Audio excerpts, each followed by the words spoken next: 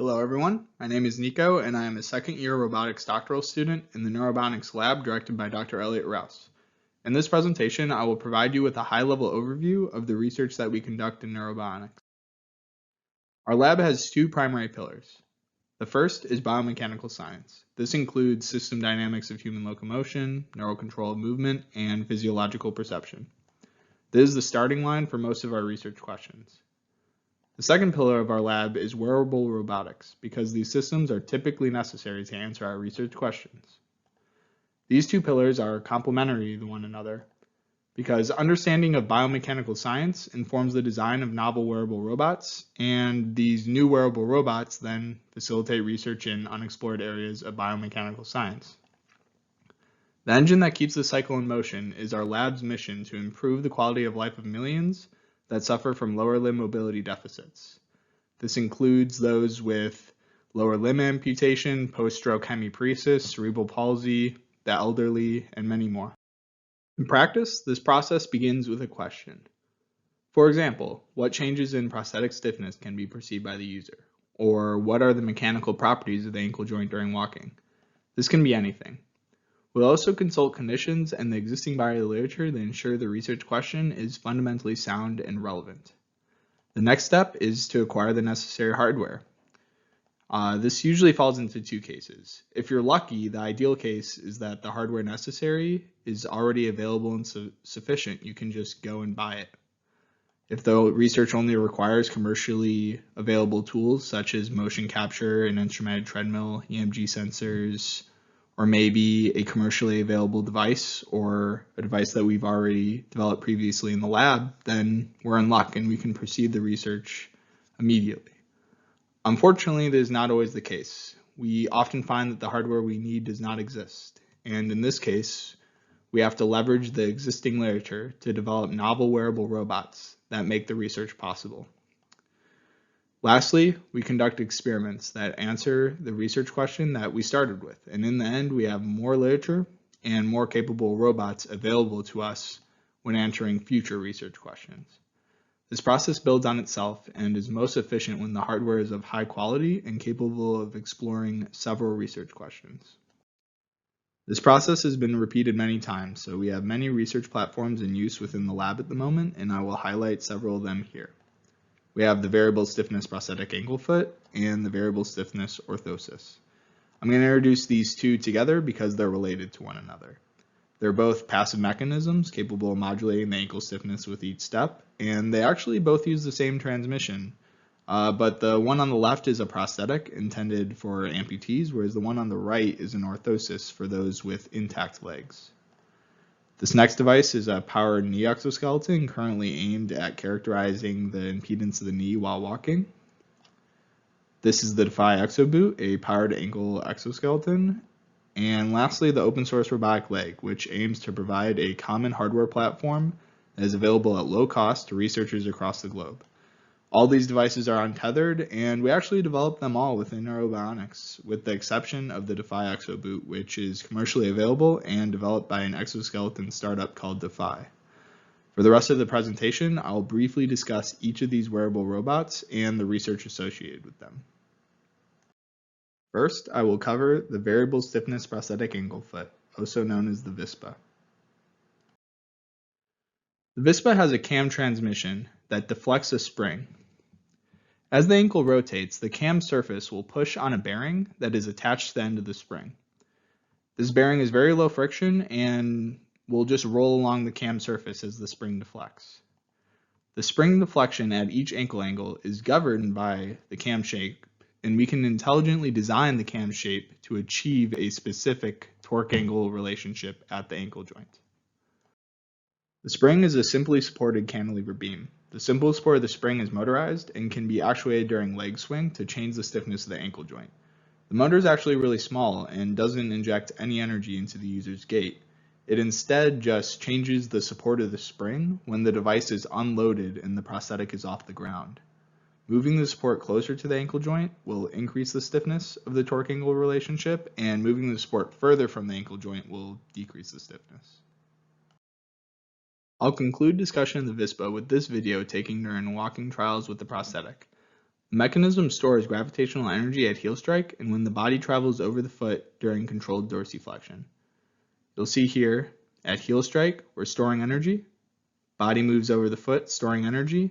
And in late stance, this energy will be released to propel the foot into the next step. Some of the research questions that we have investigated with the VISPA are, what ankle-foot stiffness do people prefer during walking with a passive prosthesis? What is the minimal change in prosthetic stiffness that is perceivable by the user? How does user preference differ from clinician preference?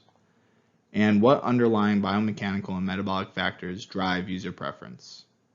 Typically, a passive prosthesis prescribed in the clinic will have nearly the same stiffness throughout the entire ankle range of motion with no means of adjusting the stiffness. The clinician might initially prescribe an amputee a prosthetic stiffness based on factors such as body weight, age, and activity level, and then later adjust the prescription based on observations of the amputee walking in the prosthesis.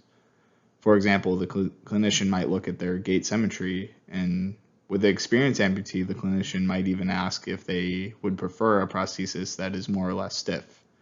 But in either case, the choices are limited because the clinic doesn't have the tools to test many different stiffness levels. The underlying factors that drive amputee preferences are largely unknown, and a stiffness that works for flat walking in the clinic may inhibit other activities such as walking or stairs or inclines outside of the clinic.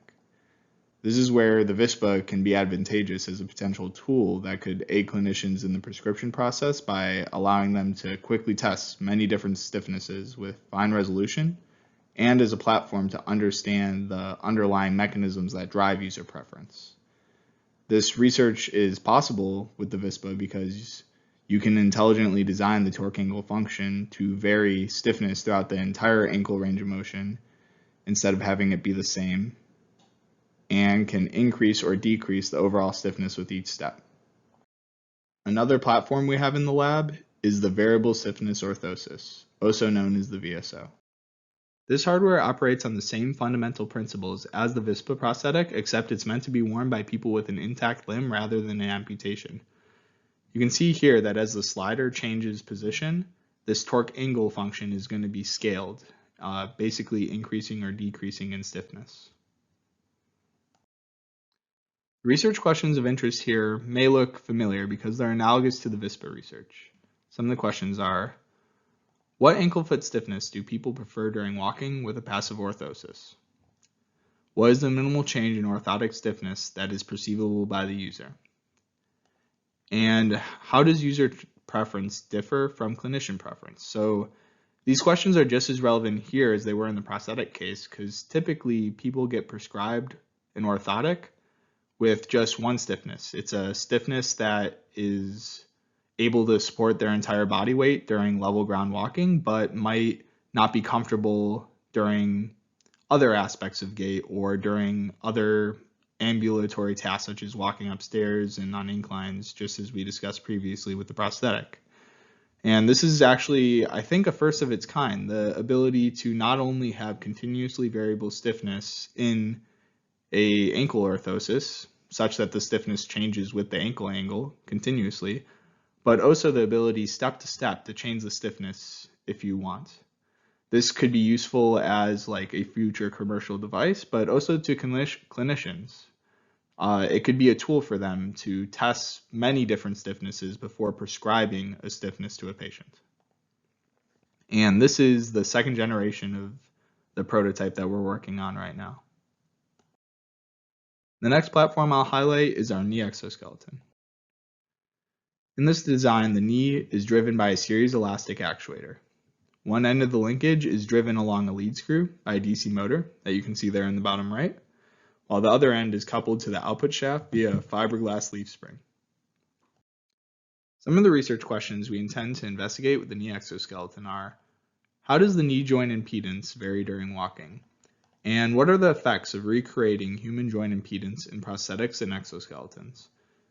This research is made possible by this system because it is both untethered and has torque and position sensing capabilities at the knee joint. The next platform I'm going to highlight is the Defy ExoBoot.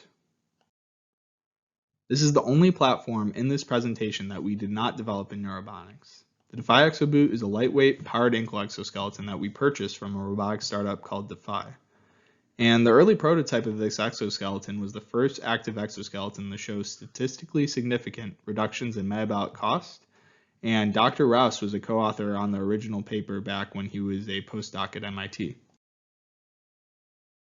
Some of the research questions we're investigating with the Defy Exoboot are: can individuals self-tune their own exoskeleton controllers to find assistance settings they prefer? What are their preferences? What underlying mechanisms may drive user preference? And how well can people sense their own metabolic costs? Much of this research is targeted at understanding the parameters people consider consciously or subconsciously that contribute to their exoskeleton control preferences. Today, metabolic rate is used as the primary measure of exoskeleton success in the compare exoskeletons, but our lab thinks that a set of parameters are likely necessary to judge exoskeletons, and that metabolic rate alone is not a particularly good measure. Maybe if we had other metrics of success, new exoskeletons would appear that are better suited to improving the quality of life of people. This research is made possible by this platform because it's the only powered exoskeleton capable of decreasing the metabolic cost of able-bodied walking that is commercially available and with the ability to implement custom control. The final platform that I'll discuss is the open source robotic leg. This video is courtesy of Levi Hargrove and shows testing the open source leg at the Shirley Ryan Ability Lab. This prosthesis was developed to facilitate collaboration amongst prosthetic researchers and decrease the barrier to entry for new researchers. Performing prosthetics research today is difficult. You typically only have two options. You either develop your own hardware or buy something commercially. Developing custom hardware is difficult, labor-intensive, and takes a lot of time, and if your lab doesn't have a good foundation in design, the end result might not be very capable. Whereas commercial hardware is expensive and often lacks in research capability. So what we have developed here is a third option, the open source leg, which is a light, quiet, efficient, and inexpensive prosthesis that is highly customizable. You can implement your own controller, adjust or eliminate series elasticity, and the ankle and knee can be used independently from one another. We also have a website with assembly videos, parts lists, design files, and control performance specs. The upfront development and testing that typically takes years to complete is now available at low cost. Here you can see some testing of the OSL step position response and frequency response. And this is just a cool video of one of my lab mates implementing torque control on the open source leg with a 0 reference torque and closing the loop with the onboard load cell. To summarize, the primary goals of the open source leg are to 1. Decrease the barrier to entry for prosthetics research. Researchers no longer need to spend a lot of money or build something themselves to acquire a high quality, customizable platform. 2. Build a research community unified under a common hardware platform. At the moment, it's difficult to compare results because everyone has different hardware and some people's controllers are specific to the hardware that they have. Use of a common platform will make it easier to draw comparisons between research groups and seamlessly build on each other's research. And 3, improve the community mobility / quality of life for lower limb amputees. This is the end goal of our research, the primary driver behind all of this. And these are all the labs that have an open source leg right now. We think this is a great start and look forward to these numbers increasing in the near future. I wanted to conclude by listing some of the primary areas of focus within the lab. I thought this might be useful to those of you that are considering doing research at the university or maybe even joining our lab in particular. Our lab is very multidisciplinary and new areas of focus often become relevant in our research, but I think these are the areas that we particularly excel at. I'm not going to read the list out loud, but it is here for your reference. Thank you for listening. The people shown here are the current postdocs and doctoral students in the Neurobionics Lab, but many others have contributed to the work in this presentation. To inquire about research positions, you can contact Professor Rouse. If you're interested in learning more, you can contact me, and I'm happy to put you in contact with the member of our lab that is most closely related to your areas of interest.